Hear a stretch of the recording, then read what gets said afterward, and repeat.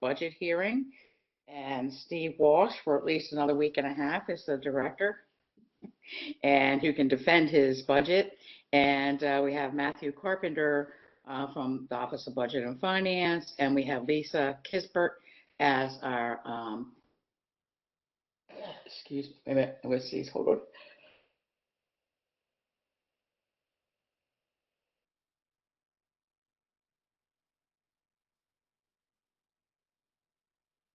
Bless you.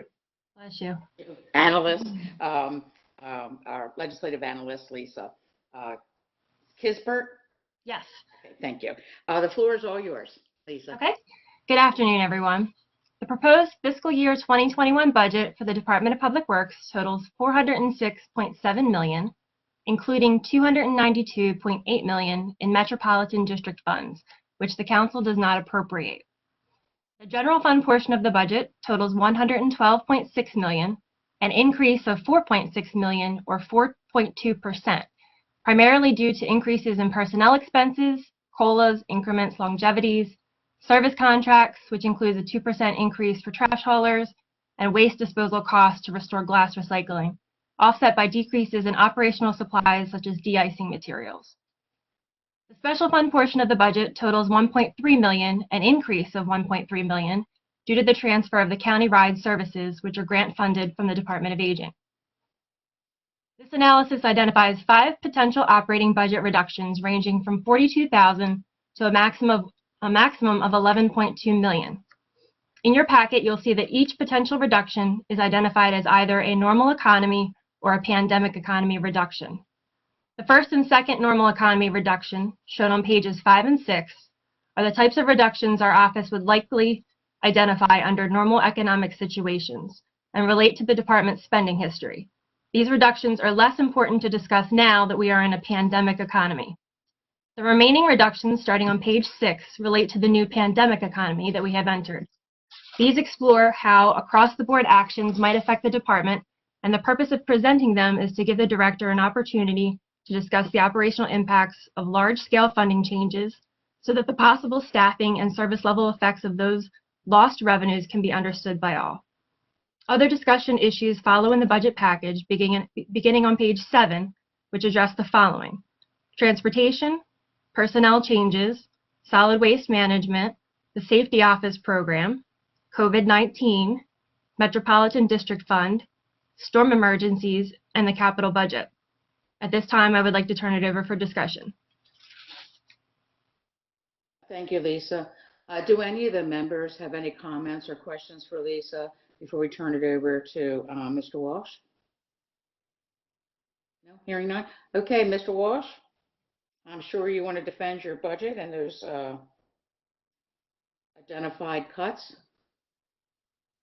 Yes, ma'am. Thank you, Madam Chair Bevins and members of the council. Good to be here. I'd like to acknowledge some folks on the line. You heard Tom Kiefer speak. Tom Kiefer, current head of engineering, will be your acting interim director upon my departure. Tom's on the line. And also DeAndrea Walker came on board as a deputy director for transportation a number of months ago and has done a fantastic job jumping right in, getting involved in departmental operations and really heading up the transportation aspects in the Bureau. Also in my office to support me in case you throw me any really difficult questions is Mike Beechler, head of waste management, and Andy Richmond, our main budget person for the department. So thanks again for the opportunity. And Madam Chair, would you like me to just start with item number 1 and sort of jump through page 5? Yep, that would be great. Okay, so the question is about historical spending in the program 7205 and 7202, which is our operational supplies. So with our budget this year, the attempt was to capture adequately what we've spending and put them in the correct buckets. So in the last few fiscal years, what we have done towards the end of the fiscal years, we have suspended some operations on the highway side to meet our equipment operation budget. So for instance, last year, if you might remember, there was an end of year bat, and even I believe the year before that, to take care of EOM. So what we've been doing is to suspend certain paving operations and potholing at the end of the fiscal year to meet our budget. So what we attempted to do this year was to adequately capture all of those costs. Basically, what we've identified is the EOM budget has just been going up over the last few years, just due to age of the fleet. And so the current year, or the current budget as we have submitted it, we believe is accurate as we can get pre-COVID, certainly. And we would not support the auditor's item there, or the auditor's reduction, because we believe it doesn't reflect really what we've been doing. Okay. Do any of the members have any questions or comments for Mr. Walsh at this point? No? Okay, Mr. Walsh. Madam Alright. Chair, Oh, yes. Mm-hmm. Julian here. Real fast, Mr. Walsh, again, we're going to certainly miss you. Thank you for your service to the county. My question was,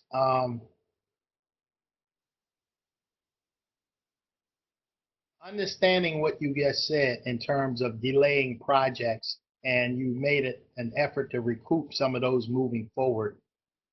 You were talking about projects today before July. These are the ones you're talking about that you put off in this budget year? That's correct. In years past, we've taken that approach, and this year also, to try to meet a budget, we suspend certain field operations and on the maintenance side. Not necessarily a capital project or anything big, but small operations in order to meet our budget. And you say no capital projects? No capital projects have been deferred. Okay, thank you. Councilman Marks?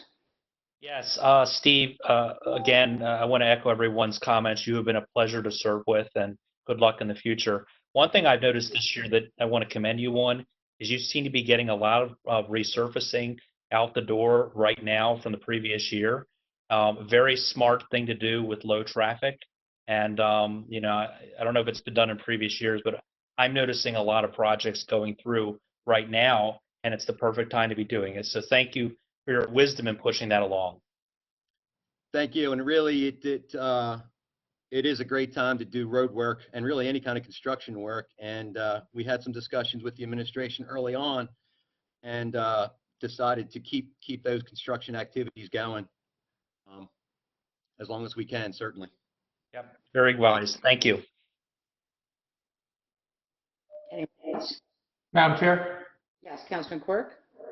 Yeah, Steve, echoing the comments, you've been great, obviously, to work with. We all really, really enjoyed not only your incredible competency in running public works, but also, I always felt like whenever I needed anything, you were so responsive, whether it was texting or calling. Even sometimes I felt badly Saturdays or Sundays, you would always get back to us and make it happen. So I can't thank you enough for your work, and we're sorry to lose you. I mean, you're incredibly talented, and it's definitely our loss. And whoever replaces you, big shoes to fill.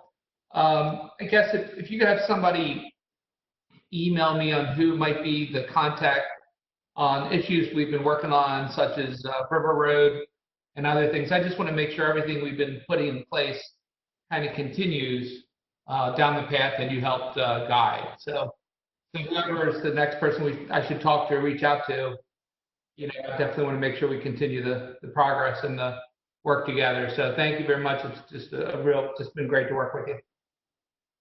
Thank you, Councilman. But I can assure you that Tom Quirk, Tom Kiefer, who's on the line here, has been in with the county for many years and has been in engineering for many years. And I'm the one who's leaving. The rest of the 950 some people in DPW are not. So the ship will continue, and the ship will continue to run well. And I have total confidence in the folks in this department to keep up the good service that we've been working towards the last couple of years here. So no worries there. You'll be fine. Thank you, Mr. Walsh. Anyone else? Okay, you can continue, Mr. Walsh.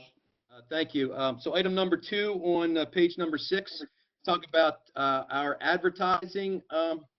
There's some money in the budget for advertising in our Solid Waste Bureau, and there's a potential reduction of $41,645 in the budget. So just a little history there.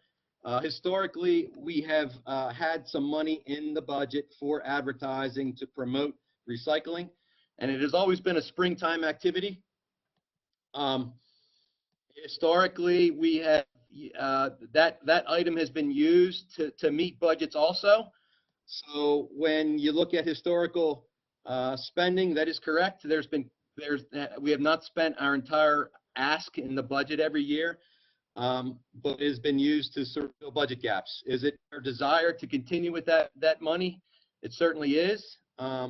But this year, the money has not been spent because of COVID being coming, and it certainly doesn't make sense to enter into any multimedia advertising campaigns when people just aren't out and about. So we continue to do the internal advertising that we can through social media, but that's sort of the history of that item, and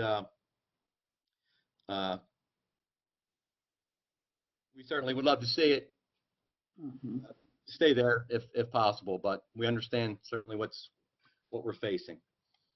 Item number, any questions on that? I think you're good. Item number 3, 2% increase for the refuse haulers, and very quickly, I'll give you a quick briefing on that. Over the course of time, the trash haulers, these are the vendors that work for the county picking up trash at the curbside, have lobbied administrations in the past for raises, and they've gotten some raises over the course of time. Not many over the last 12 years or so. They've gotten 4 increases, I believe. 4 increases. Did they get a 3% last year? No, they did not. Was it the year before? I thought that one year they got a 3% increase and then a COLA on top of that. We can provide you that data, but there's only been 4 increases over the last 12 years. Okay. And they have lobbied last administration and this one to look at compensation. And the county we were working with a hauler work group to look at that at compensation to see how it's made. It's currently equitable or not. We had made a lot of progress on that and COVID hit, so we're not able to proceed with those plans, and this 2% really just is a sort of a measure to acknowledge the work that the haulers have been doing for us, really acknowledge that the state of the system, and to sort of bridge the gap until we can continue those discussions overall. And I don't know, Ms. Rogers, you wanna add anything? I think Ms. Rogers is on the call here on that regard. The administration really Can't unmute. Thank you. Hi, Ms. Rogers. Hi, good afternoon, everyone. Yes, I would like to say that the team also did a compensation study with the haulers. There was a work group put together last fall.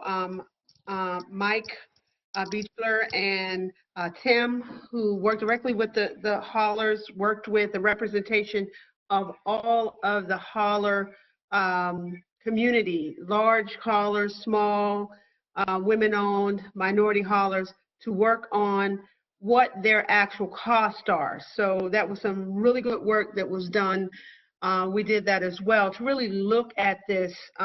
Also, when you look at, I don't know historically when the last raise had occurred, but the position about the compensation and how the compensation is done and where we benchmark with other jurisdictions, we are indeed the lowest paying jurisdiction in the region, behind Howard County. So all of these things were taken into consideration when this 2% was presented forward. I have a question, and I don't know if you or Mr. Walsh could answer it. Do you know what the average employee that works for a trash hauler, not the driver, because I know they're CDL licensed, but the average worker that's actually on the back of the truck picking up our 35-pound per can trash, running alongside of the truck and dumping the trash in the trash in the truck? Do you know what they make? Miss? I'd have to defer, this is Stacy, I'd have to defer to the team. I know we have that information because some of that came out in the work that was done back in the fall, November and December. So I'd have to defer to the team for that unit costing. Yeah, and we think it's around minimum wage, if not a little bit above, but it's.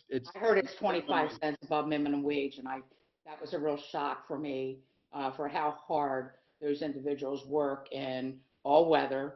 You know, my hauler's out here 4 o'clock in the morning, so I know they get up pretty early. And I just think that if we're going to be given increases, they need to be passing them on to their employees. Absolutely. It's my 2 cents. Well, Madam Chair, I will say Yeah. we agree, and as a part of the hazard pay piece, we did require the haulers to sign a statement affirming that hazard pay would be passed on to the employees working on the trucks. We required them to sign a document to that nature. How do you confirm that, Ms. Rogers? How do we confirm that they actually do it? Well, I'm sure Just that ask. we will know Okay. if we did not, because it was public knowledge that we did this, Okay. that we provided this hazard pay, and it was intended for those workers. And I'm sure those workers will get back to either you all or to us if they did not receive it. We asked that same question, but I think that's how it'll trickle back. And residents are still bagging, making sure all their trash is bagged before it goes into the container, correct? During COVID, no loose baggage, no loose trash is supposed to be just dumped in the cans. Are we still doing that, Mr. Walsh? Yes, ma'am. We put that message out. Hopefully, our residents are helping us with Yeah, that. But I hope you're so. correct. You know, the trash never stops, Never. and it's a monumental task that happens every day in this county. Folks in solid waste and our haulers do a great job. Well, and I have to tell you, you know, your solid waste agency, always, since I've been with the county, they are a very responsive agency. They go above, you know, just above and beyond constituent services. You know, I know where they went right out to a resident that has complained about, you know, their trash wasn't picked up or it was left over all over the street. I don't care what the circumstance is. I know that solid waste goes right out there and takes care of it. And we get that positive feedback all the time from constituents. So good job there. Thank you. I'll share that with staff. Yep, do that. Okay, any questions or comments there? Okay, Mr. Walsh, you can continue. I have a question, Madam Chair. Madam Chair, I do as well. Quicker. Oh, I'm sorry, Todd. I'm sorry. You had your hand up. I'm sorry. I'm sorry. Izzy, can Todd go before you? He's had his hand up. It doesn't matter. Councilman Patoka can go Okay, ahead, please. Councilman, go ahead. Go ahead, Todd. Go ahead. No. Okay. Thank you, Madam Chair. Steve, just in case I don't have another opportunity in this call, although I have a question as we move further into the analysis, but I just want to say what a pleasure it's been to work with you, and you will be missed. I think that you are leaving the agency in good hands, but you know, just so you know that I've appreciated your responsiveness, and when I've asked you tough questions, I get a straightforward answer, even when you know that I might not like the answer, but we can have, we've had, I think, honest discussions over the years, and appreciate your service and how you've gone about your job. So thank you for that. very much. Thank you very Um, much. So we're on the discussion of trash haulers, and as you know, I think that my district and one route in particular has struggled for years with the problems of the same hauler. I don't know if this is the forum to necessarily go into one specific hauler, but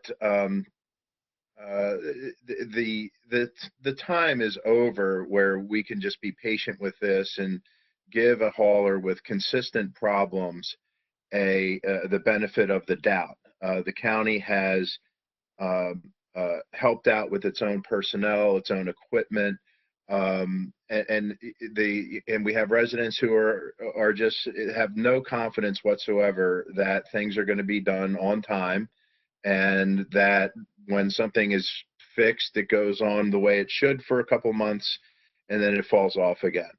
So, I'm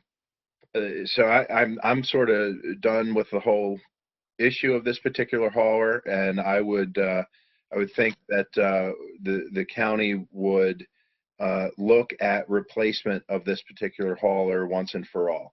And I don't care about the politics involved, and I don't care who's involved. I don't care who knows who. It's to me, the time has come and gone that these people should have been replaced, and replaced a long time ago. So with that said, I will say that I will ask the question of, I know that we had talked about contracts. So we're talking about a work group, and I guess what amounts to negotiations for an increase in pay, or an increase in compensation for these contract haulers. We still don't have any contracts, so there is no leverage on either side of that contract to make sure or provide accountability that someone lives up to that contract. So we can't say to a hauler, in this particular instance, one that serves my district, we can't say, you have not lived up to the requirements in your contract, you're in breach of that contract, therefore here are your penalties. So we don't have that leverage, and things go on in this cyclical way where the issue is apparent, it's mitigated in some way, and then it goes back to the way it was a few months after that. And we've been on this consistent cycle. So are we moving towards contracts? Are we moving towards greater accountability? And so that's my question for this particular topic. So, And I'll respond, and then thanks for the kind words. So with that particular hauler you have been you mentioned, I know we've been doing certainly monitoring progress on how he has been functioning since we made some drastic changes to the route that he had. And I believe that was the beginning of the year, and things got better. Now, we certainly can look at, again, the data that is attributed and the complaints attributed to his route currently, and what those have been, and regroup on that to see whether or not, he reaches the next level. And the next level is really, an additional discussion about termination, unless there's any mitigating circumstances there that he can explain to us. Now, certainly these guys, all the haulers periodically have troubles with equipment, with staffing, et cetera. And we know what that area has been subjected to in the past. We took actions, and we thought that was sufficient to make things better. Now, if they are not better, and we need to look into the data again to show what it is. So we can have that offline conversation about the current data as it stands for that route. Second part of your question. Mr. Walsh, Oh. before you go to the second part of the performance, I do want to say, Councilmember Crandall, I was personally involved with this particular matter. We did discuss point blank and candidly with the particular hauler. As a matter of fact, as a result of those conversations, the route was actually reduced in half. and divide it among other haulers. We reached an amenable agreement, so we did take proactive steps there. And part of the route that the hauler was again left with was something that the team thought was doable. But as Mr. Walsh just said, if that's not working, then we'll go back and have another conversation. So I want you to know that we proactively worked with this individual, letting the person understand what expectations we had and that the county could not subsidize in terms of having to use county resources to do the work that the contractor was being compensated to do. So I don't know if you were aware of that, but I personally was in that meeting with the hauler. No, and I was aware of that, Ms. Rogers, and thank you for your efforts on it. But with all due respect, this goes back before the administration that you work for came in. This particular hauler and the issues with this hauler, and there's many anecdotes to prove my point. And Kathy's nodding her head. This particular hauler. I'm going to say the Smith administration. That's how far it goes back.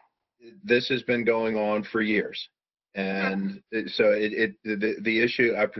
Again, I appreciate your work, and if a harder line is being taken, then that's great, and I'm appreciative that you're doing that. But this does precede your efforts here, and I think I clearly stated what I would like to see done. Can we get on to the second part of my question in terms of moving forward? The performance Contracts. Absolutely. Yeah. Thank you. You asked the question, were we moving toward contracts? We are in a transition just to do that, but I want you to know with the current agreements that we have, we do have the ability to articulate more performance expectations within those agreements. And those are conversations that we are indeed having with the hauler community. And certainly, in the grand scheme of things, performance is really one thing. You pick up the trash or you don't, right? So, we get that, and we certainly will look further into this particular issue. Okay. Thank you. Thank you. Mr. Patoka, Councilman Patoka, you had a question? Yes, thank you, Madam Chair. So I really struggle with adding 2% or $618,000 to the haulers, because I don't feel like council has sufficient information to make a good decision, because we don't have contracts that come before us. And so how can we say we want to add $618,000 to something that we don't have we don't get to see, we don't get to act on, we don't get to deliberate, we don't get to ask our constituents, is it worth it? And so I continue to be mystified by the process of how we engage companies to pick up the trash. And I know that in my neighborhood, that we, in many cases, have to pick up the trash after the hauler has picked up the trash, because there's stuff all over the streets. And so, but since there's no contract that I'm aware of, there's issues, I will say, let me just put the issues out there. There's issues of the cost. There's issues of accountability. There's issues of equity. There's issues of labor practices. For example, I'm concerned that some of the trash haulers may not be giving their employees time to use the facilities, because we've had many complaints about taking care of human needs, not in an appropriate place, but on the route, because maybe there's time frames in the route that you can't stop to use the bathroom. I don't know, because I've never seen a contract. I don't know that my colleagues have seen a contract. So it's so difficult to kind of say, let's add this, because what are we adding to what? We don't know, because we don't see these and they before the council. Now, that's what's contracted out. As far as the county's workforce, there's some spectacular people in Public Works and Solid Waste, like Tim Dunn. Tim Dunn does an outstanding job, I think, not only for issues that come up in the second district, but throughout. So there's a level of accountability on that end. But in terms of what's happening outside companies that we don't see the contracts, it's so hard for me, at least, to make an informed decision on how to act on this $618,000.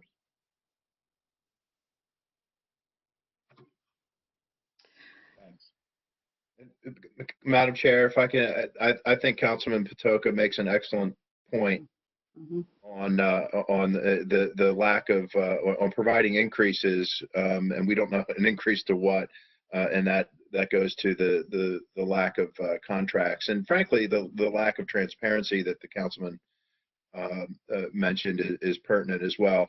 But he did remind me that when we have contacted solid waste, my staff and I, sometimes the bosses will get out in a truck and go make it right for our constituents, and that's happened more than once. Yeah. And we do appreciate that. And I also want to has Director Walsh in his final glory here in the last week to make sure that that he knows that the council appreciates in this pandemic situation that we're in, that there are some DPW employees, I think probably solid waste and definitely highways, they're doing jobs that they didn't necessarily sign up for. And they've had to make sacrifices and shift around and do jobs. I understand that some highways workers were actually at Eastern Sanitary Landfill and helping to sort recycling, which is not a pleasant job, but they went out and did it anyway, and they're providing a helping hand. So I think those folks on the front lines in terms of the DPW agency should be commended as well. So I'll leave it at that. Thank you. Thank you, Councilman. Ms. Rogers, you want to answer that question? You want me to take a shot at it? It was a statement. I know Councilmember Patoka's position. He and I have talked about it. We are all for transparency, and I'm more than happy to have additional conversations on how we can be more transparent as we transition to more of a traditional contracting kind of relationship. So we're more than willing to continue to talk about the transparency, because Councilmember Crandall, you're absolutely right. This was another inherited situation that we're trying to clean up. These arrangements go back to the 1950s, in terms of my historical research that we've done. And we're trying to transition to what I would consider a more appropriate procurement process and accountability that public management practices require. Okay. Any more on that item, Madam Chair? Could I just add to Ms. Rogers? Ms. Rogers, so thank you for adding that. I do understand that you've been working on this, and you and I have talked on this, and I have a great deal of confidence in your ability to bring this to a more modern age. But it still does concern me. But again, I do have confidence. I know this has gone on long before this administration, and probably many administrations before this one. So I know that it's not an easy thing to resolve, but I hope that we do get to resolution. It's just difficult for me to look at this one line item and without additional information and be supportive of it. Unless it gets us to the next step of a goal of transparency bidding and doing things in the way a modern county ought to be doing it. Absolutely. Thanks. Thank you, Councilman. Any more questions or comments before Mr. Walsh moves on? Okay, Mr. Walsh, continue. Thank you. And just one final note on that, the county does about 43 million pickups, individual trash pickups a year with about 7,000 complaints. So it's a pretty small number of complaints with the overall pickups that happen in this county in any given year. So it's an amazing process. Item number 4 on page 6, I guess, talks about the potential 5-10% department-wide cut and year-long salary freeze. Potential year-long salary freeze. So certainly we'll work with the administration on the best thing for the county, and we will do what we need to do. The work continues. Obviously, if cuts happen, it's going to get done a little slower. Might need to make difficult decisions about what gets prioritized and what doesn't, but the work must continue. So we will do what we need to do. Work with the administration and the council on how to deal with this crisis that we're in. Certainly. Item number 5. Oh, I'm sorry, Mr. Walsh. Councilman Catch has a question before you move on. I'm sorry. Thank you, Madam Chair. Director Walsh, I want to thank you for the job that you have done. How long have you been in this position now? So I will have been a director for 4 years with 3 different county executives. That's right. Yes. Yeah, that would be true. And so time flies when you're having fun, right? It certainly does. It sure does. I have a question about the pandemic budget or reductions, a hiring freeze, which is now in effect. If, let's say, that were to continue for another year, with your knowledge of your department, are there many people that are scheduled to leave or retire over the next year? And if so, do you, how long are you going to have the flexibility as people retire or leave to get the job done? I'm sure that when somebody leaves, if you're not going to replace that person, you take the responsibilities of that person and deal with it with other employees. So can you give us an idea of, we don't want to do damage to public works. Absolutely not. And public works, public safety are the 2 major areas of county government that people count on. And so, well, again, what statement do you have regarding hiring freeze and that kind of thing? So I think in general, and thank you for that comment, I think in general, I don't have a great handle on the number of people who can retire like in the next year, for instance. I know that I'm part of a group of people who came to the county 30 years ago or so and are soon to be retiring. I know engineering is going to lose 200 years of experience in the next couple months. Wow. With some folks who've been doing this job in this county for a long time. So secession is what we've been talking about for a while since I became director. I got an item on my staff meeting minutes where we're retiring, and we've tried to do the best we can in mitigating people who are leaving. But in a perfect world, we'd have great balance in our workforce, right? Where we'd have folks with 10 years experience, 20 years experience. As the people retire, there would be people to step in. We do not have great in certain parts of the organization just because of the way things have developed over the course of time. I know the county, this current administration is going to be looking at salaries. Of course, right now it's a horrible time to look at salaries, but I know they were trying to get a handle on the way we are in relation to other counties and private industry. Some jobs, and I've been I've been here for a long time, and I know we've tried to retain younger folks in this workforce. We have not had a lot of success when people can come to the county, get trained, and go to private industry making substantial more money. So, you know, it's something the county will work on. It's something the county will try to address over the course of time.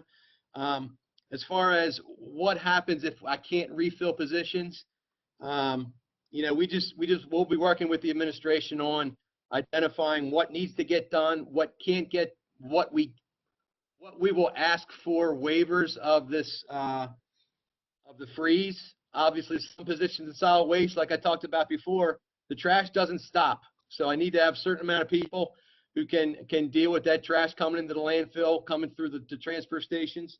But like Councilman Crandall says, we have folks in other parts of Public Works who can sort of backfill those positions. So it'll be a shell game, and it'll be a moving target, and it'll be a challenge. But you know, we'll be as open as we can with the administration. I'm sure the administration will be as open as they can with you about what we need to do. But certainly big cuts will have an effect. It will have an effect. You can't say it won't have an effect on things that get done. Again, I've been here a long time, and we've been through many cuts over the course of time. Didn't have a lot of redundant staff out there, you know. So you know, any more cuts will be analyzed, and we'll do what we can do. But that's really all I say about that. I don't know how many people will be retiring in the near future, but there certainly will be some. Thank you very much. Appreciate it.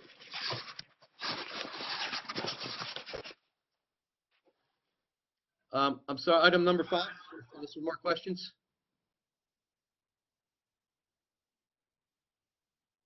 Item number 5. We talked, Rob O'Connor talked about this item a little bit in the capital budget defense. There's money for the next phases of our CityWorks implementation, and this is part of the storm solid waste compliance initiatives.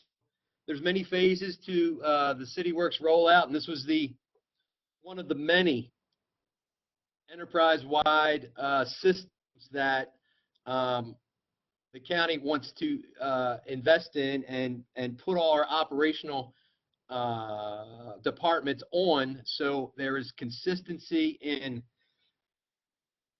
work order tracking, budget tracking, and really item tracking, so items don't get lost in the shuffle. And this was one of the phases of our CityWorks rollout for a solid waste division. So again, you know, we certainly would not like to see it cut and the momentum of that project cut, but we certainly understand what's going to happen and as deliberations move forward.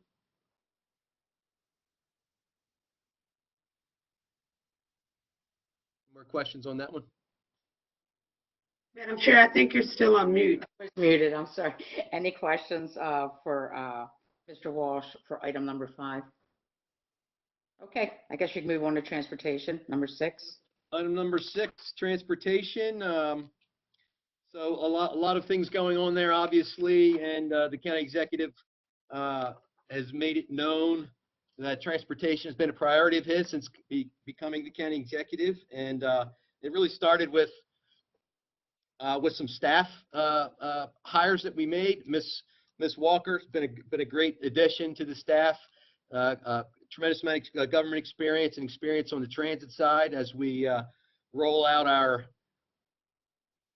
first pilot of a locally operated transit system, circulator system in the county.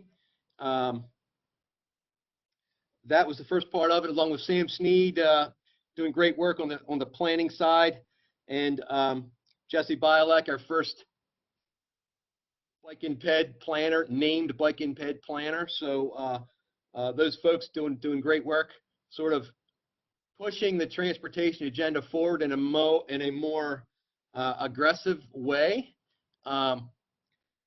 Much more dialogue and aggressive conversations with the state on trying to get the county's share of state money out there. Ongoing conversations about even simple things like bus routes, same as ongoing conversations with the state on what they're doing in our county, making sure we're on board with those initiatives. We're working closely with economic and workforce development, things like Trade Point Atlantic and getting bus routes down there. So really just a whole different approach that the county executive's taking leadership on, and us following suit with that lead on those activities. A couple other things to mention, if I could. Well, I think, I'm sure Councilman Marks has something to say about the circulator. Councilman Marks? Yeah, so this is an area where I really want to give a ton of praise to the county executive. I've been in office for 10 years now, and I have to tell you, in those early years, when I would always talk about intermodalism, it was kind of a struggle, not because of you, Steve, but because of decisions made by higher ups. The sea change has been phenomenal. We have, in many places in this county, a limited capacity to expand our highway network, so we have to look at operations. And this county executive, this administration, working with you, have done a wonderful job making us a multimodal county. The Towson Circulator, we were able to secure $1.65 million from the federal government for that, matched with this county funding. That's going to help us a great deal in Towson. So I just want to give you a big plug. I am thrilled with the work we have done and look forward to future progress. Thank you, Councilman. And just to follow up on the item, again, talking about the circulator, we're updating a study, and that's due to be completed in the summertime.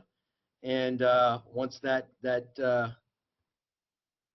study is completed and we do some outreach, that will inform, the direction that circulator project goes. The planning, was to have something rolled out the end of next calendar year. We are, with COVID, we're sort of looking at those plans again to see whether that is still reasonable. But again, the federal grant is there, and we're moving forward. The speed at which is still yet to be determined, but move forward with that. The other items here in the auditor's notes was about some new scheduling software for the county ride. Now, it was in the report. County ride operations are moving over to our new Bureau of Transportation. Again, this is the old Bureau of Traffic Engineering, Transportation Planning, which we're rebranding Bureau of Transportation just to encompass the new work they'll be doing. Decision was made to move the county ride operations over into DPW. Was again to continue the great work they had been doing in aging, but to move it within DPW as a more sort of robust, all-inclusive transportation agency, which will include the fixed route transit as part of the circulator with this on-demand transit that was brought over with county rides. So again, a lot of things happening on the transportation side, and it will be just improved over the course of time. With the support of the administration. Talking about scheduling and dispatch software, there's an RFP out there right now to try to get some new help with the administration of that county ride program. And then there's an Uber dashboard pilot program that's out there also, and that's in the contract process, which will give the ability of some folks who normally would use the county ride, who are comfortable with using Uber, to use Uber. basically it's a pilot, and there's some money out there in that budget, and we're going to try it out. Once again, trying something new to deliver services, transportation services to the county population. So I like that idea. Madam Chair, I just want to commend my colleague, Councilman Marks, for his use of the term multimodal and intermodal. If you would have used, Councilman Marks, if you would have said transportation node, it would have been as if you would have hit for the cycle in this. I'm a fellow policy geek, right, Izzy? Yeah. Well done. Yeah, thank you. Any questions or comments from Mr. Walsh?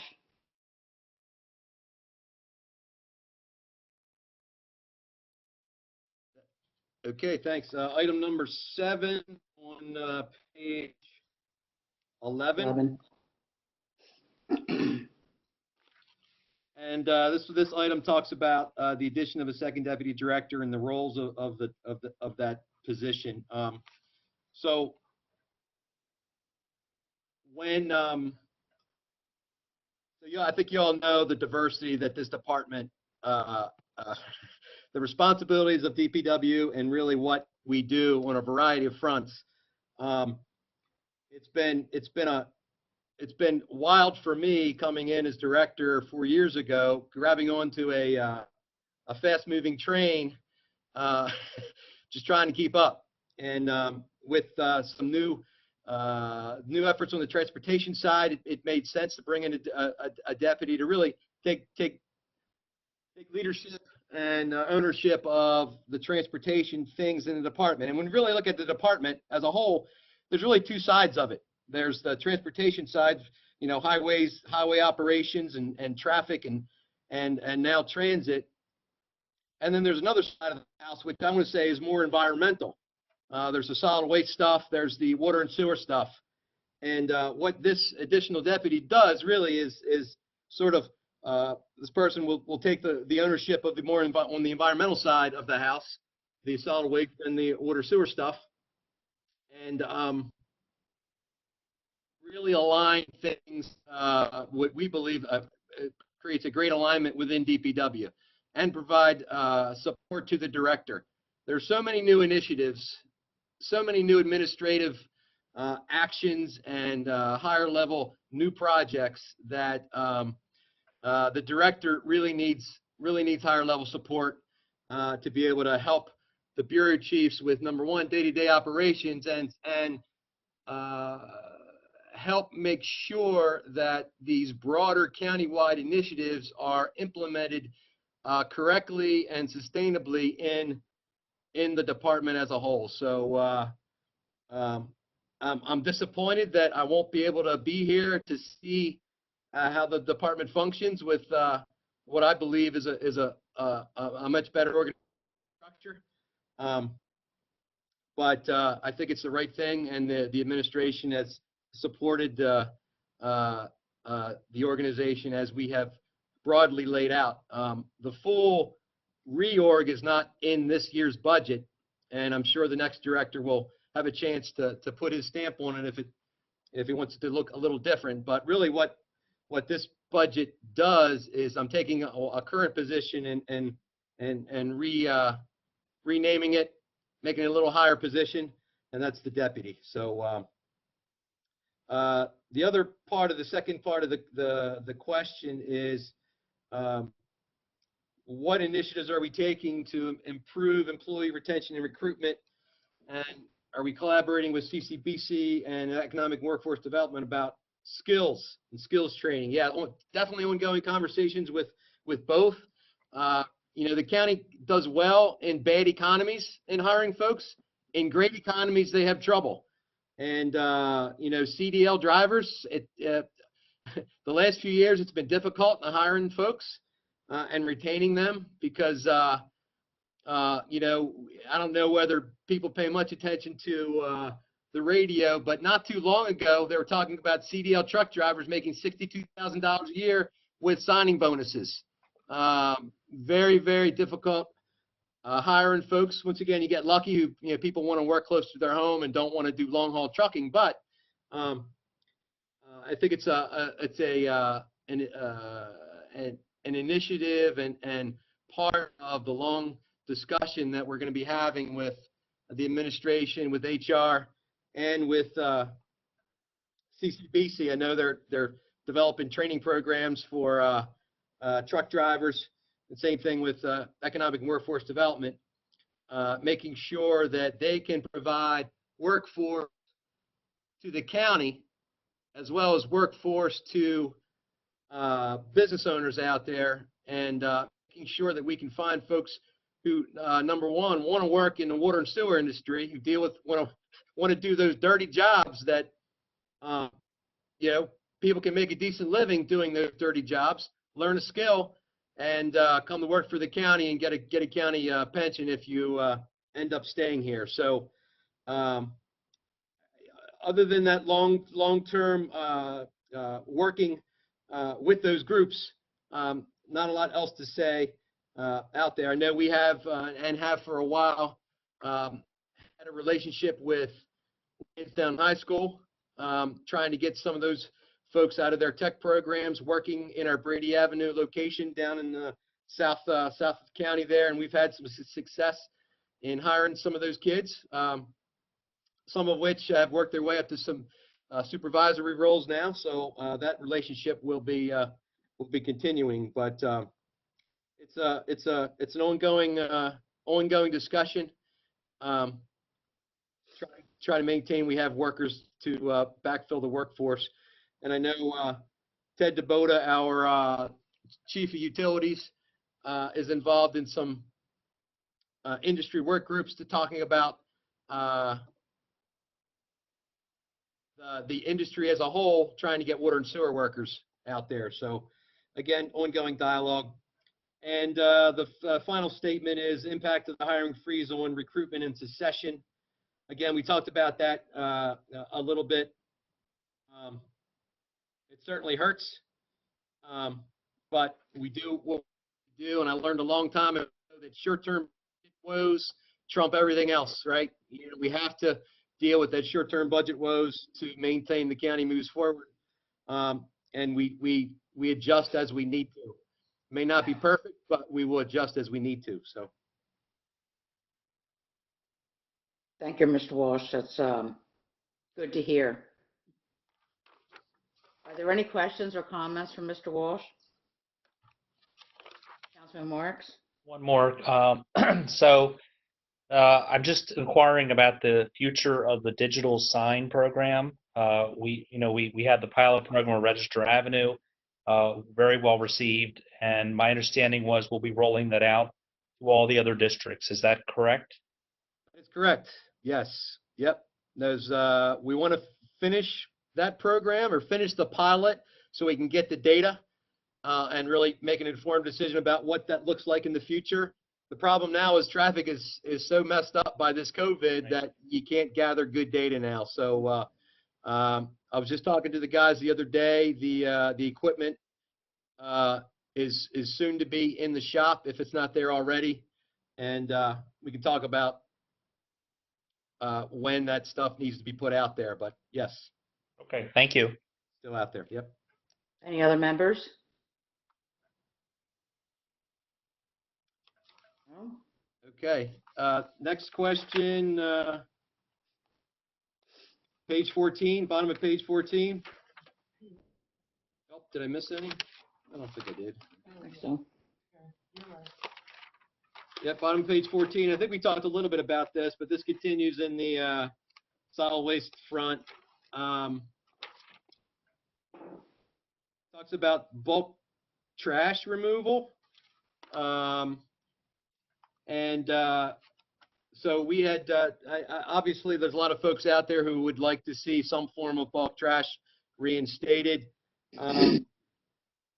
Talked to the administration about that. We had developed a very small pilot to do that in some targeted areas. There was some concern that the pilot was not broad enough and would not generate data which could inform a decision to roll out countywide, so there was a little bit of regrouping, and we were trying to incorporate that into our discussions with the haulers and the way that looked. So that kind of got derailed.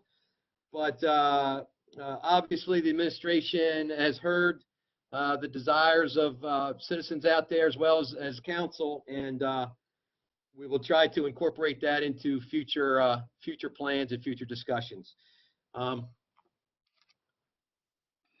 Second question. Mr. Walsh, Madam Chair, may I comment before he moves to another question? Certainly, Ms. Rogers. Sure.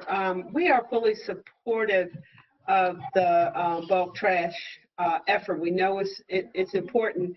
When Mr. Walsh's team did the analysis on the pilot part of it and looked at the cost associated and the workforce impact and where it was going to serve, that is what became the issue. But a part of these hauler negotiations for new agreements is where we wanted to go, so that it would be countywide and it would not just be in just a few locations for the amount of resources that we were going to have to invest to do a pilot. So like I said, these ongoing discussions with the haulers about more accountability and asking them to do more also help to inform some of the decisions around the 2%. Bulk trash is not currently in their agreements. Madam Chair, Yes, Councilman Matoka. so I'm glad to hear that, Ms. Rogers, because one of the thoughts at looking over the budget before the meeting was, and I know you and I have discussed this in the past, is kind of a general overhaul of solid waste disposal in terms of how we do it, and to include bulk trash removal. It's something that I think each of my colleagues here, I know we hear it in the 2nd District. I would volunteer if we do another pilot project, the 2nd District will be a great place to do that pilot. But I do think that in the context of this whole idea of how we do solid waste pickup, I think we're doing it the same way we did it when Iron Mike Birmingham was county executive back in 1956. And so now that Iron Mike Birmingham is no longer the county executive, we can now that we're looking at, I'm really pleased to hear that we're looking at bulk trash removal. Thank you, Mr. Councilmember. Madam Chair, can I chime in? Yes, sure. I can't let a DPW budget hearing go by without mentioning bulk trash, because I mention it every year since my first year on the council. I see Mr. Walsh smiling, he remembers. And I do appreciate the administration taking a further look at it. Although the 2nd District is in dire need, the 7th District would do well as a pilot. So try to trump you there, Councilman Patoka. But I'm wondering if, to Izzy's point, if we're looking at this in the traditional way, maybe that's not the best way to look at it. So I'm wondering if the administration has looked at the potential of some sort of public-private partnership, perhaps, or looking at it the way that we do snow removal contracts, on-call contracts. So I'm looking at it as the possibility, and this is just an idea, of having DPW manage a program that has contractors that are dispatched, for lack of a better term, dispatched to a certain location where a constituent calls in. That constituent gets one free pickup a quarter or something like that, and DPW manages that, but isn't expending the labor force of our haulers, who are already, as Director Walsh mentioned, already doing 43 million pickups a year. So, and I know there are what I would call professional haulers out there that sometimes don't make it to the dump, and they make it to an isolated area and put whole houses of furniture and other refuse on the roadbed. But just wonder if we've explored that option of either companies or individuals. I mean, we have people on-call snow contractors that they have a four-wheel drive with a plow on the front of it, and they're part of our snow removal contracting team. So I'm just wondering if we've explored that, or if that's even even appropriate to explore. So I think just to briefly respond, yeah, I don't think anything off the table. I think staff has looked at a variety of options, and certainly if you have different ones, let us know, because we can look at it also. But the way bulk trash used to be done in the county was exactly as you mentioned. Okay. Yes, and we have a good history and write-up of the history of bulk trash in this county, but it actually it had difficulties in the implementation as it had formerly been developed. But it was exactly that. It was a la carte. People paid per pickup, and managed by the county, a bunch of vendors, and the vendors actually dropped out of it because it was difficult on their side to manage sort of the a la carte service.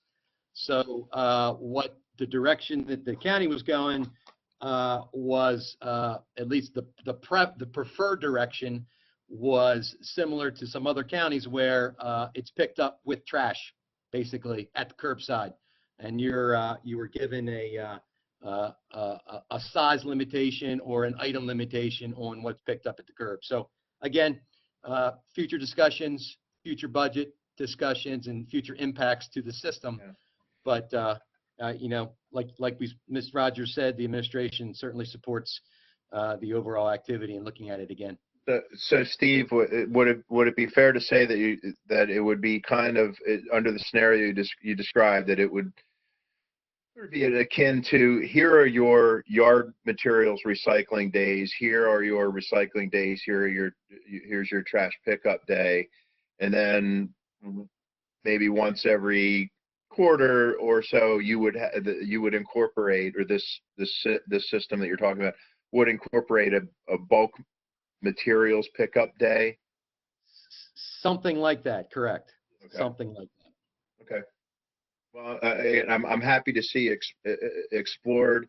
I don't know if we're in the right time. I agree with the administration. I'm not sure that we're in the right time to be launching completely new and potentially costly initiatives. Madam Chair, may I be recognized? Yes, yes, Ms. Rogers. Councilmember Crandall, we are open to looking at a number of ways to do this, and moving away from how it had been traditionally run, because the department shared with us that was not effective. We are benchmarking with other counties and looking to see what we can do, even in an incremental way. But as Mr. Walsh described, this was our latest discussion.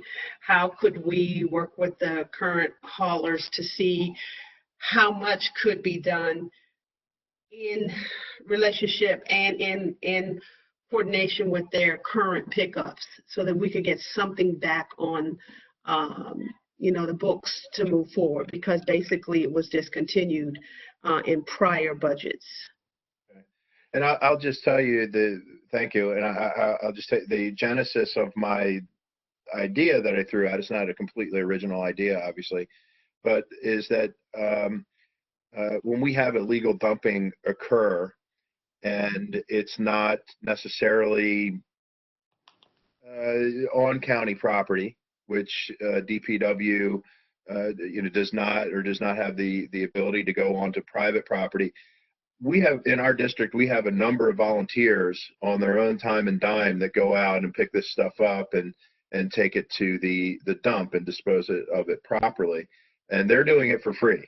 So that's where the genesis of the idea is. I know that our district, and I'm pretty sure that other districts have Good Samaritans that are that will take care of this for us, but they get a little frustrated because it's sort of a never-ending battle. People take this stuff and they don't dispose properly, and they're sort of they feel like they're doing the right thing, but they also are kind of caught in the trap of people know that if they dump there, somebody's going to come get it, whether it's highways or whether it's the volunteers. So it's sort of a bit of a never-ending battle there, but that's the genesis of the idea. Thank you for being open to different suggestions. Look forward to working with you all on it. Mhm. Madam Chair? I would also like to agree with Mr. Crandall and get in line, Councilman Batoka and Councilman Crandall, because the 6th district needs that too. So we're all going to get in line.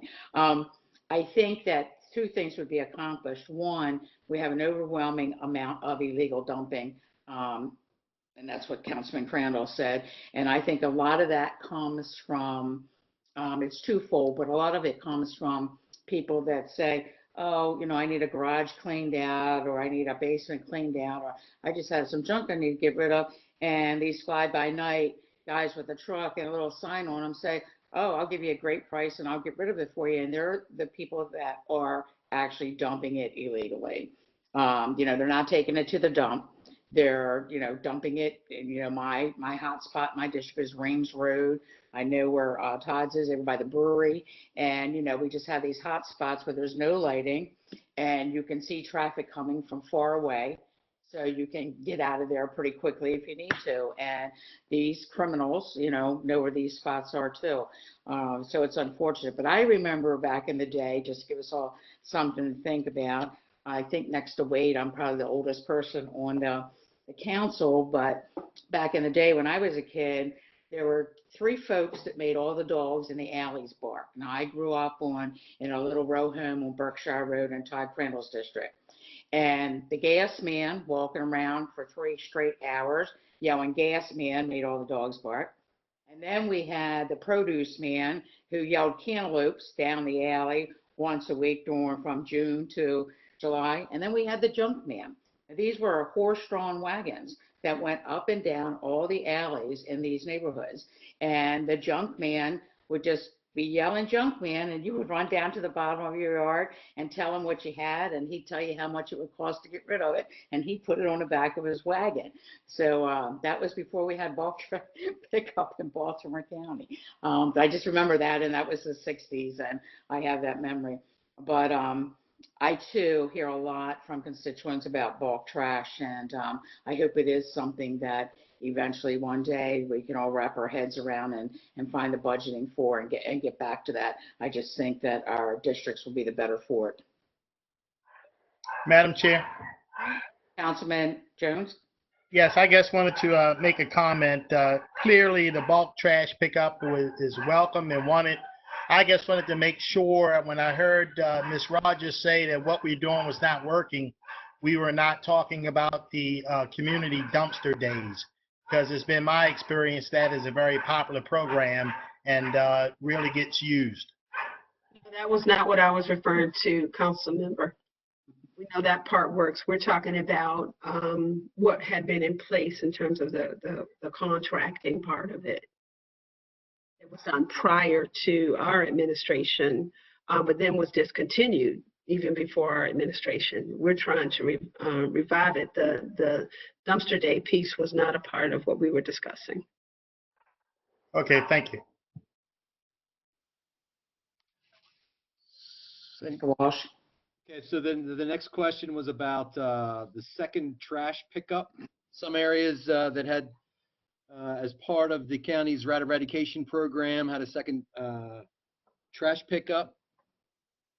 We work closely with Lionel Van Domelen and PAI. Right now, we don't know of any requests by other communities for that second trash pickup that that meet a certain criteria in both the county and or in DPW and PIA's mind. So there are no additional communities scheduled for that second pickup currently. Steve, the community said are very appreciative of that program, so thank you. Yeah. Kathy, can I jump in real fast? Certainly, Councilman. I want to also commend, in addition to Lionel Van Domelen, Adam Whitlock, who does a wonderful job. Thank you. Yeah, I think that program's been very successful and glad to see that one continue. The next couple questions were about glass recycling, the MRF, and really just solid waste planning in general. Certainly, the county, the new administration, Olszewski administration, getting involved certainly in all things trash. And, but the budget drives really what happens year to year with trash. It's pretty simple. We have a landfill, and it's a great resource. And, the more you put in it, the quicker it fills up. And, the budget allows for transferring some of the waste that comes through away. So, when the budget doesn't allow that, it goes into the landfill. So certainly that planning is ongoing, and the administration sees the importance of really this operation to life in the county. So ongoing discussion about that. The MRF operations and the recycling market. I think the way it needs to be looked at, and it was in our write-up, is that you can't really look at it that it's a profit center. When markets are good, we make a pretty big hunk of money on recyclables. When the market is not good, as right now the market's not great, we buffer our losses. But I can tell you, other counties that do not have this outlet that we have are paying more to dispose of recyclables as they are trash right now. So having this in our backyard under county control is a great thing, a great decision made by folks in the past, and we do our best to run it well. And over the course of time, we'll hopefully get more folks recycling, so we have more product. But it's an ongoing thing, and markets go up and down. So that's really all I have to say about that. And then glass recycling, I know there's some media discussion about that not too long ago, but the county over the course of time has tried to find an outlet for glass, the product that comes out of our recycling facility. Once we went to single stream recycling, that material is dirty. And only recently we found a facility that will take that commodity, and we were ready to do that. We have a contract signed with the firm down in Baltimore, and COVID struck, and they shut down while this COVID is happening. So as soon as COVID sort of winds down and they start back up, we will be sending glass to that facility, and it will be recycled.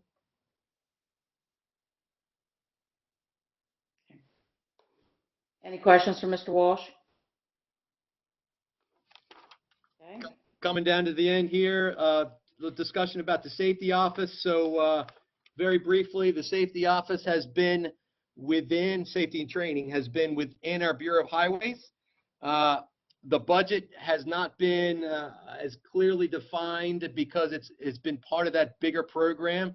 So we thought it was the wise decision to bring that to the director's office and put it in its own budget, so costs can be tracked a little better. That office is an important office, certainly handles the training regimen for the numerous equipment that DPW has and the county has in general, and tracks accidents, investigates accidents involving that equipment, and does a variety of training classes in conjunction with HR, but more on the equipment side. So that's what that office does. In addition to handles the accident control program and the MDOT driver notification program for CDL drivers. So, yep, that's what that department does. Okay. And I guess the final question is involving COVID and what we've been doing. Very briefly, I think you've seen a lot of the press releases that have gone out. Early on, we went immediately to promoting the use of social distancing, proper PPEs, and then early on made the decision, along with a lot of other counties, to go with a week on, week off scheduling for our field workers, just of safety for them, mostly our utilities and our highways folks. And that's worked out well. On the solid waste side, that operation continues, as we mentioned. So we've backfilled some of those operations with other DPW forces. The recycling facility, decision was made not to continue with sending some of the correctional facility workers there. So we've been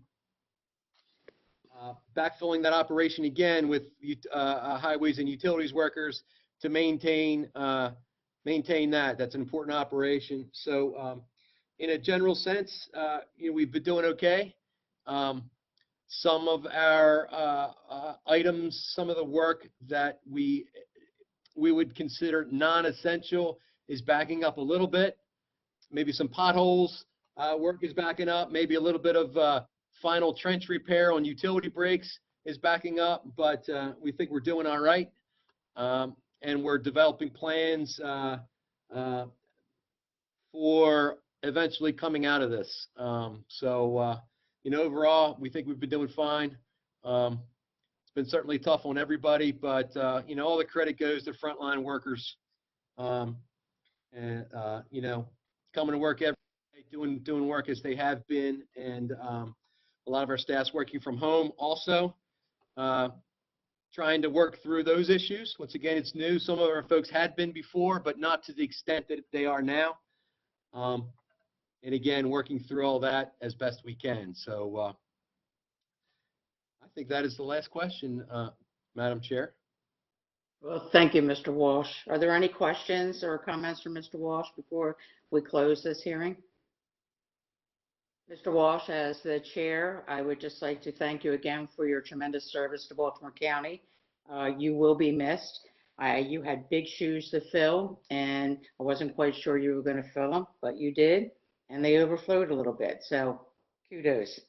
I would like you to thank everyone in Public Works on behalf of the County Council, not just for the work they're doing through COVID, but the work that they've always done for us. I can't speak for the other members, but I can tell you PAI and Public Works are the two agencies that we probably work the closest with day in and day out for quality of life issues.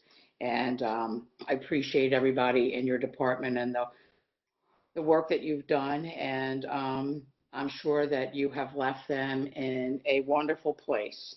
As you leave, they'll be able to just pick up where you have left off, and Harford County is pretty lucky to get you, Mr. Walsh. Thank you, Madam Chair. Appreciate the kind words. It's amazing saying that I can retire now. It's really amazing. But I want to thank you all for being very cordial to me, and it's been a great run, so I appreciate it. Thank you. Even when we've had some disagreements about things like mid-block crosswalks, I appreciate the discussion, that it's always been professional. You've always treated me well, and we've always had good discussions. And again, all the credit goes to the department, because they do all the hard work. I've been leading the ship for a while, but they're in the trenches every day. So again, I thank you, and I just can't believe that I started out when I was 24, living in my parents' basement. 30 years later, I'm an old man, 4 kids later, and I can actually say I'm retiring, which I just can't believe I'm saying it right now. So again, I thank you for the kind words, and I thank council. I thank Ms. Malkinson for working with the auditors. They've always been good to work with. And Mr. Bostwick, I appreciate you and your team as well. So again, thank you very much. Good luck, Steve. Thank you, Mr. Walsh. Mr. Walsh, why everything was going so well? Why did you have to bring up that mid-block crosswalk? That's okay. That's all right. You are a pleasure to work with. Steve, I'm with you. Who ever heard of that, Julian? You can't put a crosswalk in the middle of a block. Well, they seem to do it in Towson all the time. Mr. Walsh, 10-4, good buddy. Thanks again. Take care. All right, thank you. Okay, we are going to move on. Does anybody need a break? I was going to say, we can take a 2-minute break, but if you're not back on time, I'm starting without you. Okay, let me bring up our next agency.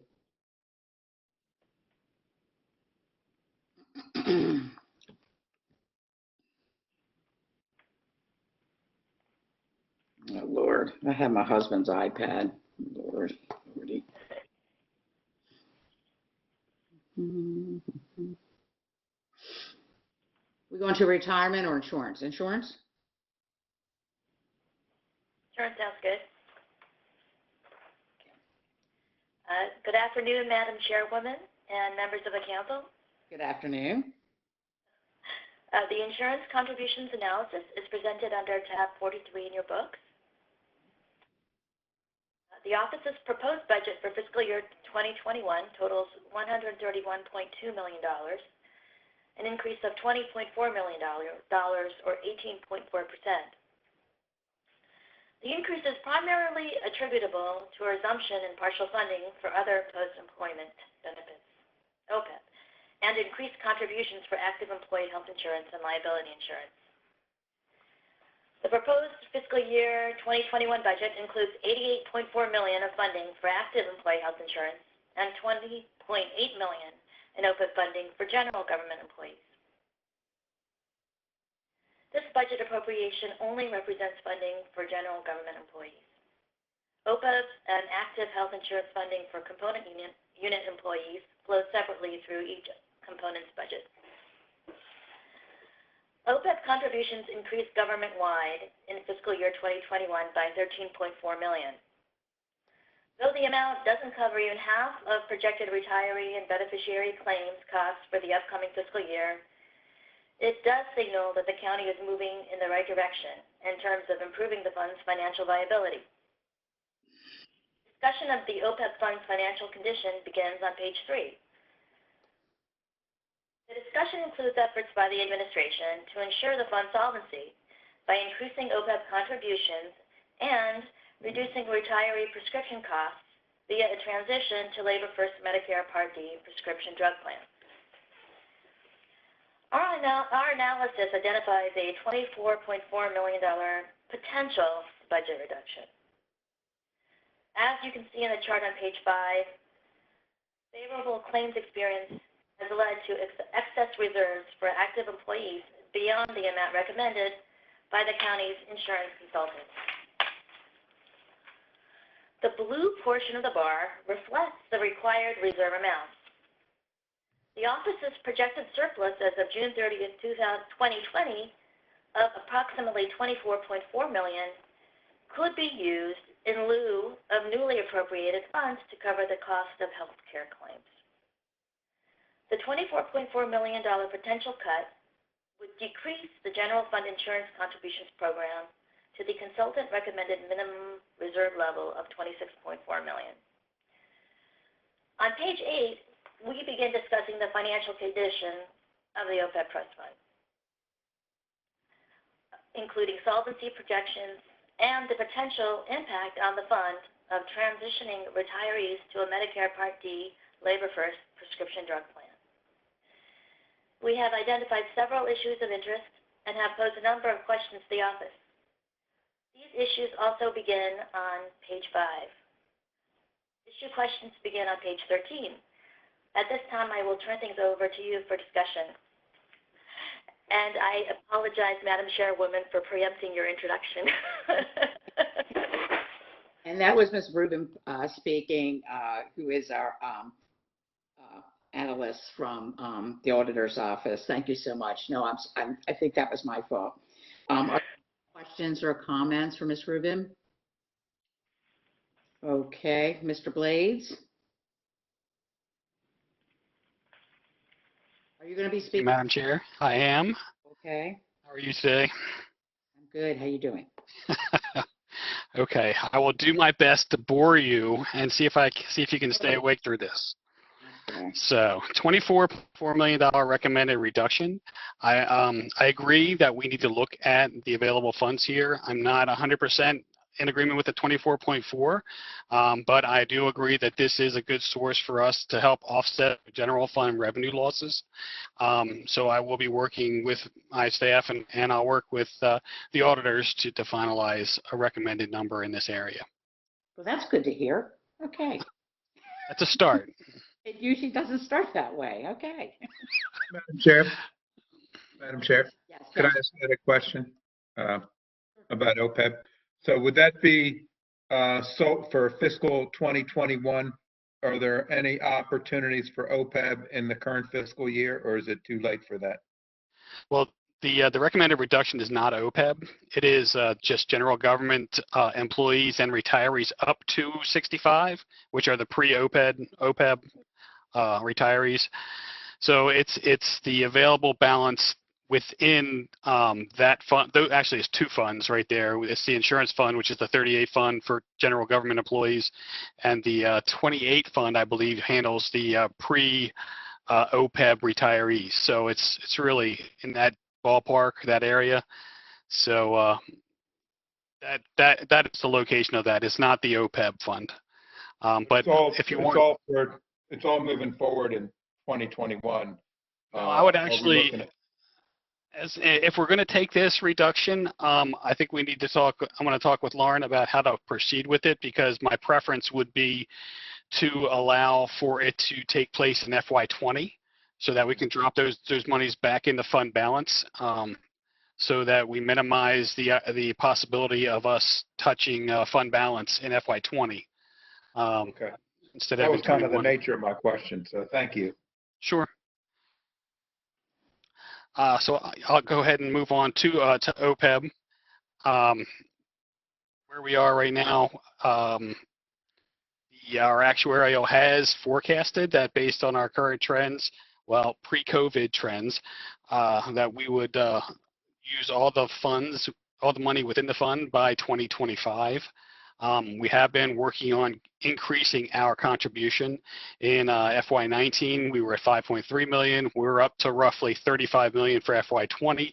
And we have included in the budget for FY21, 47 million. And we're trying to work our way up in increments of 12 to 13 million each year until we get to the point where we're 50% funded.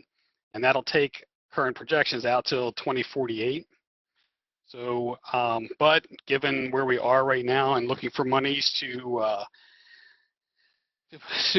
offset FY20 and 21 revenue losses, we are going to have to take a second look at whether or not we contribute the full 12 million in FY21 to increase our contribution for OPEB. So one of the parts that we are doing is outside of the county contribution is looking for ways to save money. And that's where we fall into the discussion with Labor First and the Medicare exchange.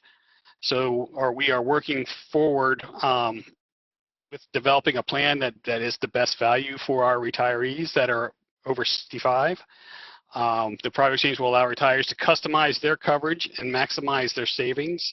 So the current focus is really how do we transition to the exchange in a way that we do not disrupt the continuity of coverage for our Medicare retirees. We're really looking for a way to find, and working with Labor First, they are basically, I guess, the broker to find each individual the best plan, the best coverage at the best cost for them. So that's kind of where we're heading, and we're working together with the county, our actuary, Labor First. We have been engaged with the Healthcare Review Committee, even though they don't particularly represent our Medicare population, we have been trying to engage as many people as possible to work forward with this. And our administrative officer, Stacy Rogers, has been really, really entrenched in this issue. So Stacy, I didn't know if you wanted to mention anything on OPEB. Thank you. And I would just say that we are trying to not only ensure competitive costs for our retirees, because the initial part of this in terms of moving toward the prescription plan part, we want to make sure that all of our retirees have choice and that they're not overwhelmed by the number of programs. And that's one of the reasons why the Labor First piece is important, because the customer service, the one-on-one customer service that would be available. The other thing that we're working on, which is not a mandatory piece, but we want to offer a Medicare Advantage plan. When you look at a Medicare Advantage plan, group plan, there are savings there. So we're looking at all kinds of ways to address, again, another inherited issue, the whole OPEB fund piece. But working with the Healthcare Review Committee and working with Labor First, we're looking at a competitive Medicare Advantage plan. That these plans are out there, but the county has not offered such a plan. And then look at individuals voluntarily enrolling in those plans, which would save us as well, because nothing has been voluntary on the prescription plan side, but we have been able to get about 600 retirees to enroll in the prescription plans that save money. So we're looking at a number of things all at one time. Okay, thank you, Stacy. Madam Chair, if the council's fine, I'll move forward with question number 4 on county contribution for general government.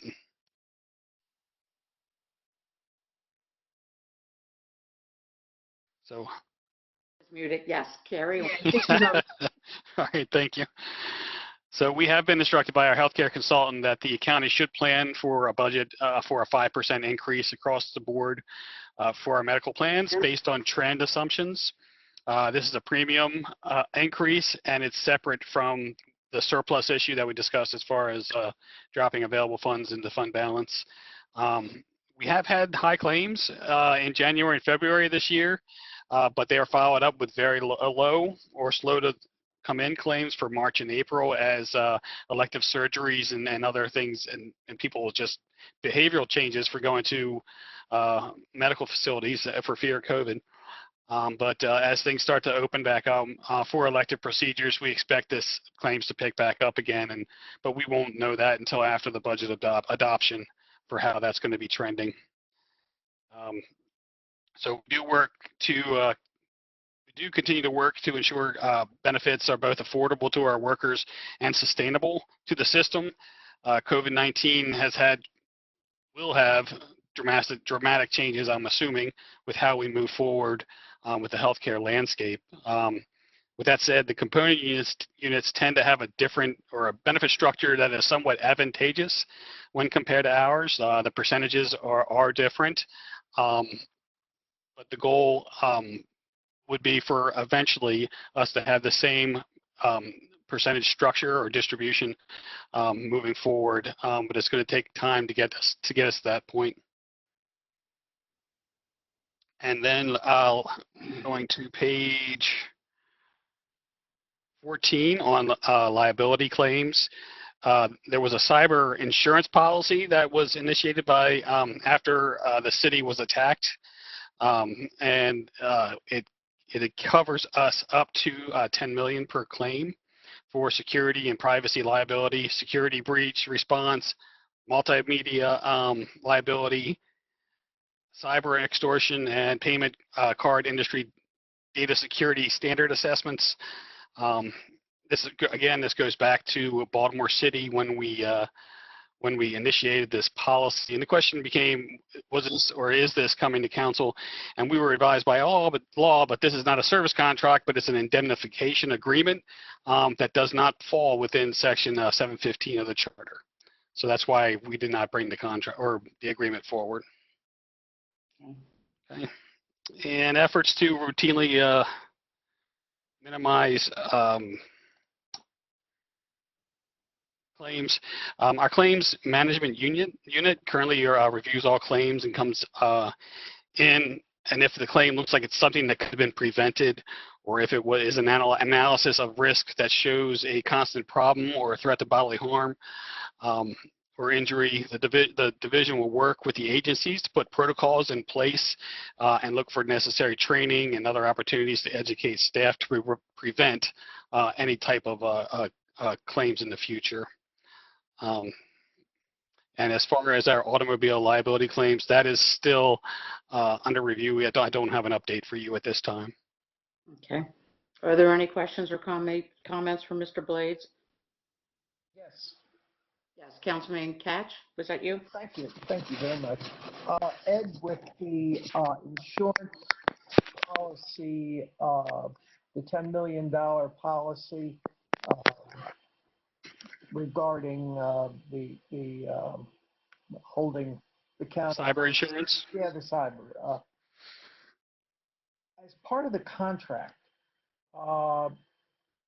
is the county system under review at all by the insurance company or the company that's providing coverage? I mean, do they come in periodically to take a look at our system to make sure that it's as secure as it can be?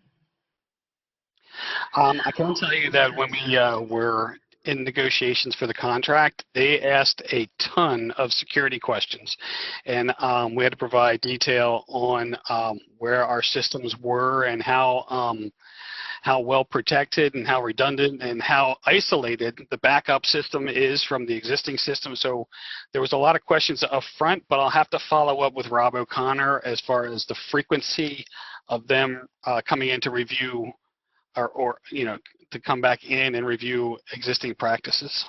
What is the length of the contract? It's multi-year, but I'll pull that information for you.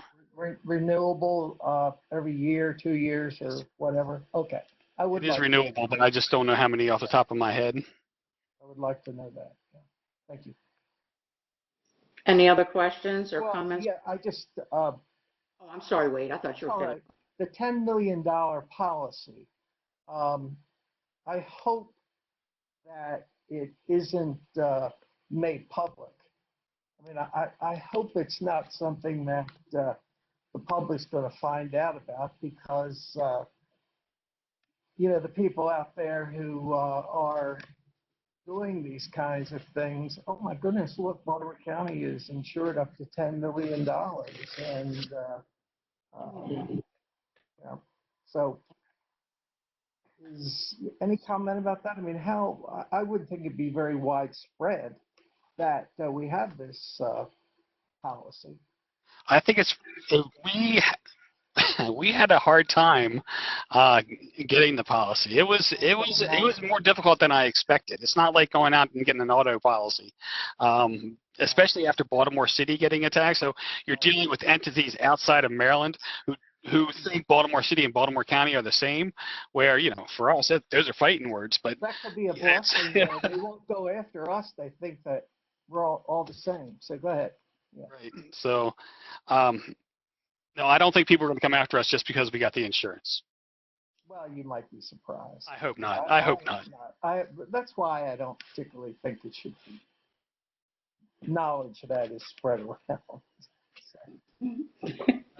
Councilman Katz, Madam Chair. You just did, Wade. Well, is this a Public hearing. Oh, it is? Oh, okay. Councilman Jones. Yes, I was going to tell my colleague, Councilman Katz, I don't think the criminals who attack these systems really care whether you have insurance or not. They know you have the money, And in most cases, they know you're going to pay because they will, if they are successful, they, you know what I mean? They really have you by the, Yeah, by the arms. I guess I was thinking more terms that they may think that since we have this, that we're not going to be as diligent as we need to be. So I'm not going to talk anymore about this. Okay. Madam Chair, Yes, Councilman Crandall. I just want to let Mr. Blades know, I think, Mr. Blades, you totally undersold that. It wasn't boring at all. I'm trying to be boring. Boring is good.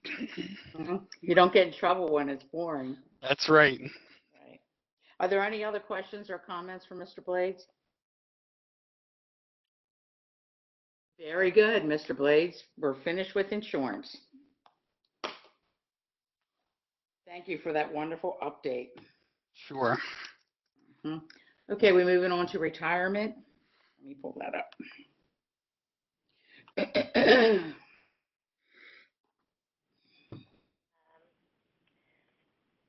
Moving on to retirement. The retirement and Social Security budget analysis is presented under tab 41 in your books. Thank you, Ms. Rubin. Thank you. No problem. Okay. Continue. I'm sorry. The office's proposed budget for fiscal year 2021 totals $158.9 million, an increase of $6.9 million, or 4.5% over the fiscal year 2020 budget. The increase in the budget is primarily the result of a $6.3 million increase to the retirement system's annual required contribution. The county is required to make its full annual required contribution under county law. This budget only reflects contributions to the retirement system for general government employees. Funds for component unit employees are appropriated separately within each component unit's budget. Beginning on page 5, we explain the increase to the annual required contribution. This is a very technical section of our analysis. In general, salary increases in recent years have and will continue to push up the annual required contribution. As you can see on the bottom of page 6, the increase in the annual required contribution continues to have a significant impact on the general fund budget. The general fund portion of the annual required contribution, along with the debt service payments on the county's pension obligation bonds combined, totaled $168 million in fiscal year 2021, or 7.5% of the fiscal year 2021 general fund budget. Beginning on page 7, we explain benefit improvements for correctional officers and deputy sheriffs included in the proposed fiscal year 2020 pension bill, which is Bill 3620 on the May 21st agenda, along with its impact on the retirement system's pension liability.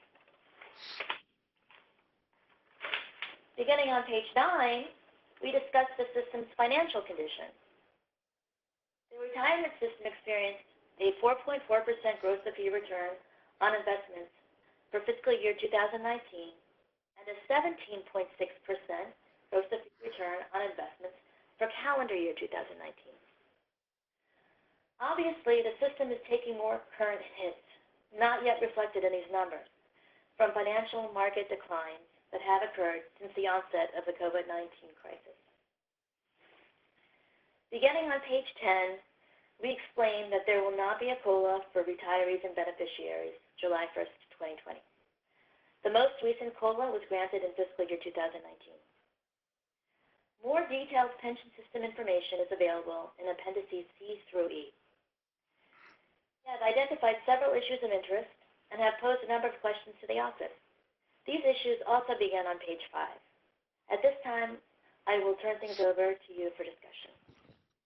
Thank you, Ms. Rubin. Do any of the members have any questions or comments for Ms. Rubin? Madam Chair, I have one if I could. Yes, Councilman Quirk. Yeah, question for you. Did I hear right? The system had a 4.4% gross of fee return on investments on 2019. Did I hear that right? Yes. That is correct.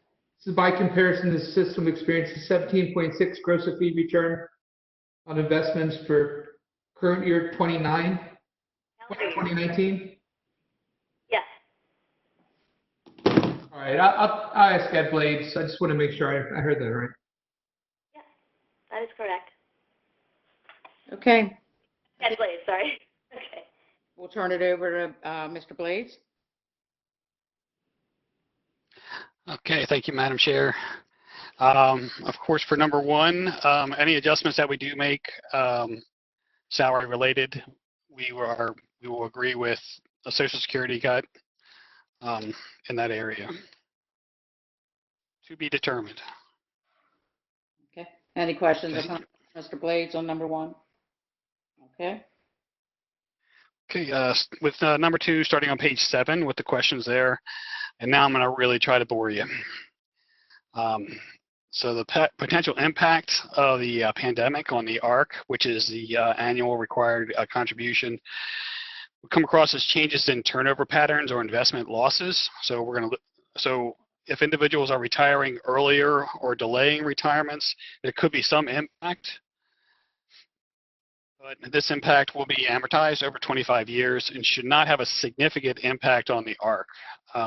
Investment losses they'll be smoothed over 10 years and also amortized. So any reduced revenue to the general fund may have an impact on the ability to pay the ARC. So we're in a position now where we have reduced revenues, obviously, but that will not change unless the county does not meet its obligation to make that payment in the budget. This system is it's mature, it's well diversified, and losses have been moderate so far. They've been less than 10% since January 1st and less than 5% since May 1st. The 12% increase to the ARC for public school employees relative to previous fiscal year, the Board of Education cost increased 12.9%, which is about $1 million. It's about 400,000 of that increase is from the normal rate, which is driven by Plan A payroll being higher than what was used for the FY20 ARC, and Plan B payroll being lower than what was used. So, and also about 200,000 was from the 3% increase in the amortization that occurs each year. The future impact of the COLAs for June 30th, July 1st for the Board of Ed, and January 1st, 2021.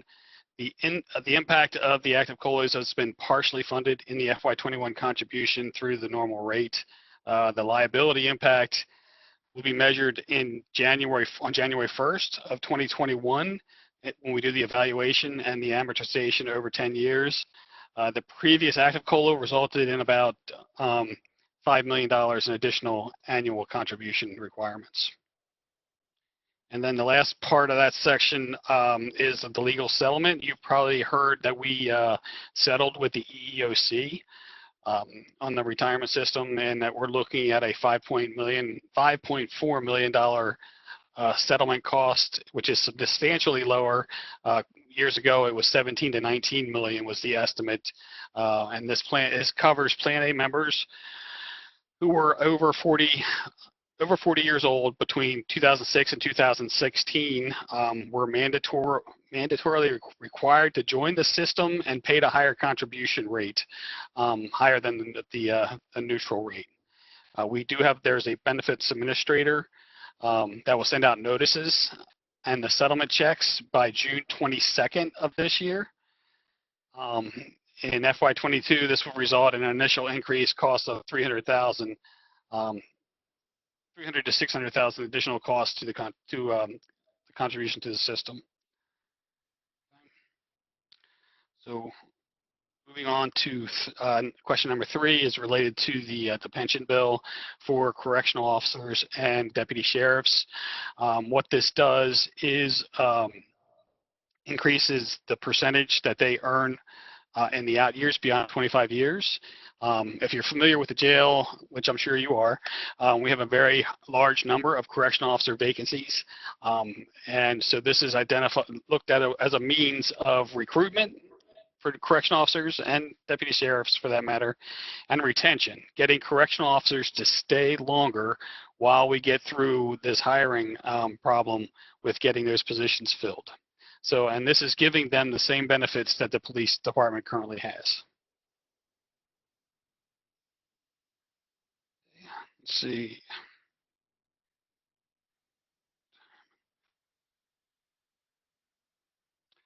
Let's see. On section 3, page 9, page 10, the system's financial condition. The county has shown a willingness to pay the ARC, again, the annual required contribution, when it is due. We've been very good about doing that for our retirees, and we have continued to prioritize and make the ARC payment. And it's the most important driver in the improvement of the system's financial condition and the moving the plan forward to being 100% funded. Pressure in the coming years. We're anticipating increased contributions going forward to sustain the system. So the administration will continue to review the funded status and propose any changes as warranted. If there are investment losses during 2020, these losses will be smoothed over 10 years and then funded through annual amortized payments. The smoothing and amortization will reduce the volatility of the ARC and allow time for future gains to offset portions of that loss. Number 4 is related to the COLA. So yes, you will be getting calls from retirees because we are not doing a retiree COLA, as will I, as will the county executive and the administrative officer. We will all be getting calls from retirees who are upset that the formula as defined does not support a COLA. So that is correct. There will not be a COLA.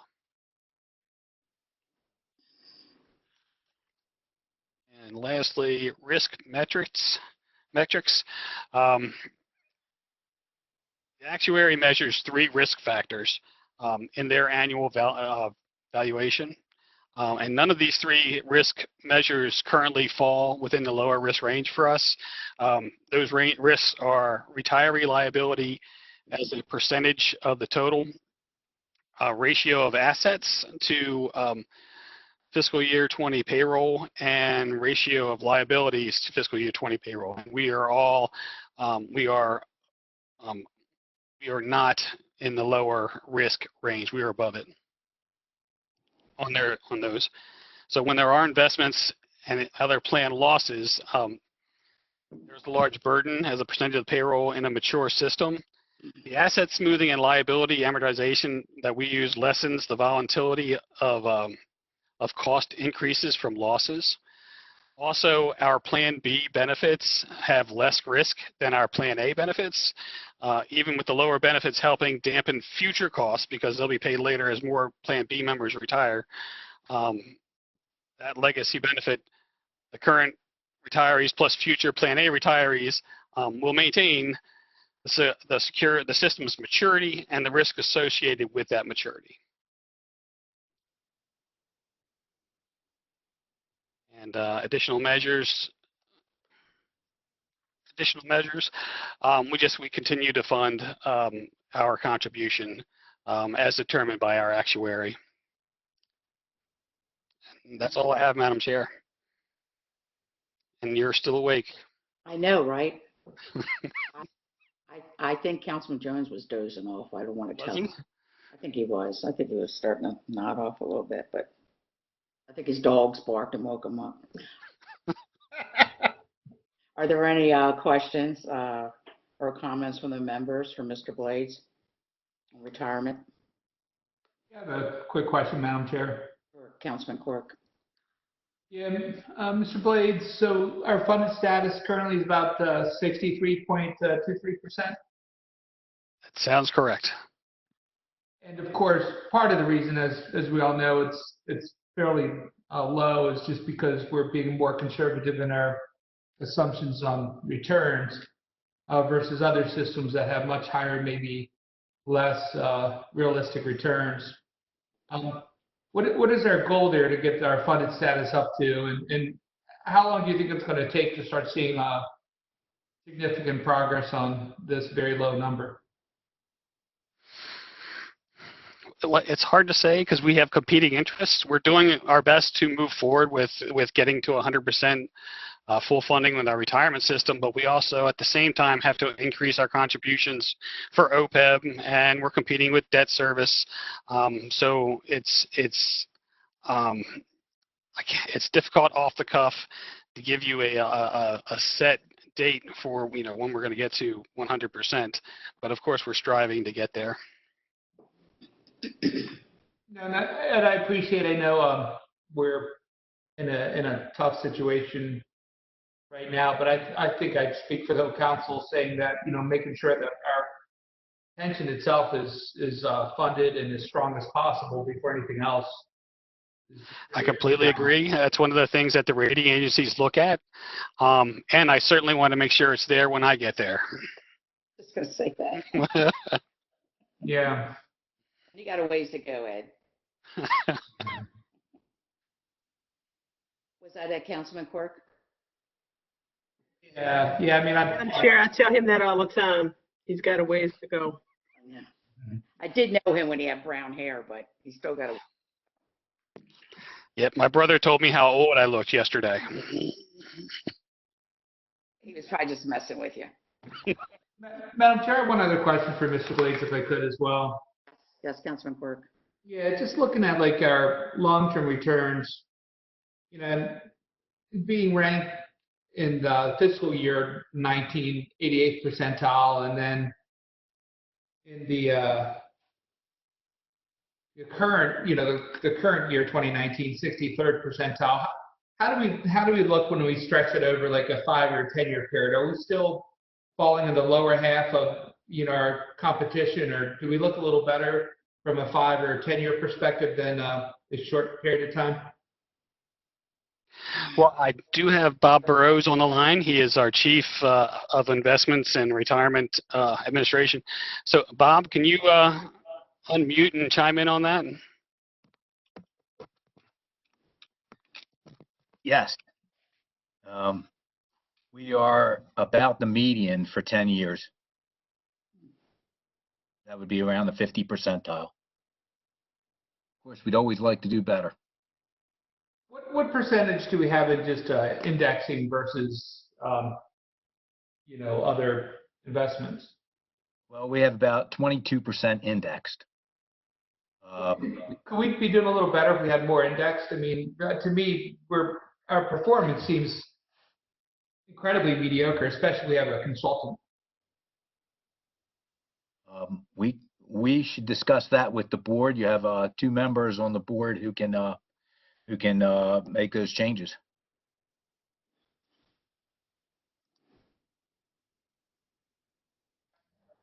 Thank you. Any other questions or comments for Mr. Blades? Well, Mr. Blades, I want to say that was actually your first budget hearing, correct? All by yourself? No, I was here. I did capital. Well, we did have other people helping out with capital, but I was going to say, you could never put us to sleep. You forget who your predecessor was. With no disrespect, but with that monotone voice, it was tough. I guess I'm poorly trained. I just didn't pick up the training. We'd still be here at 6 o'clock. I know. Well, I want to thank everybody. We sure done. Okay, all righty. Thank you, everybody. Have a great night, and I'll see you next time. Thank you. Thank you, everyone.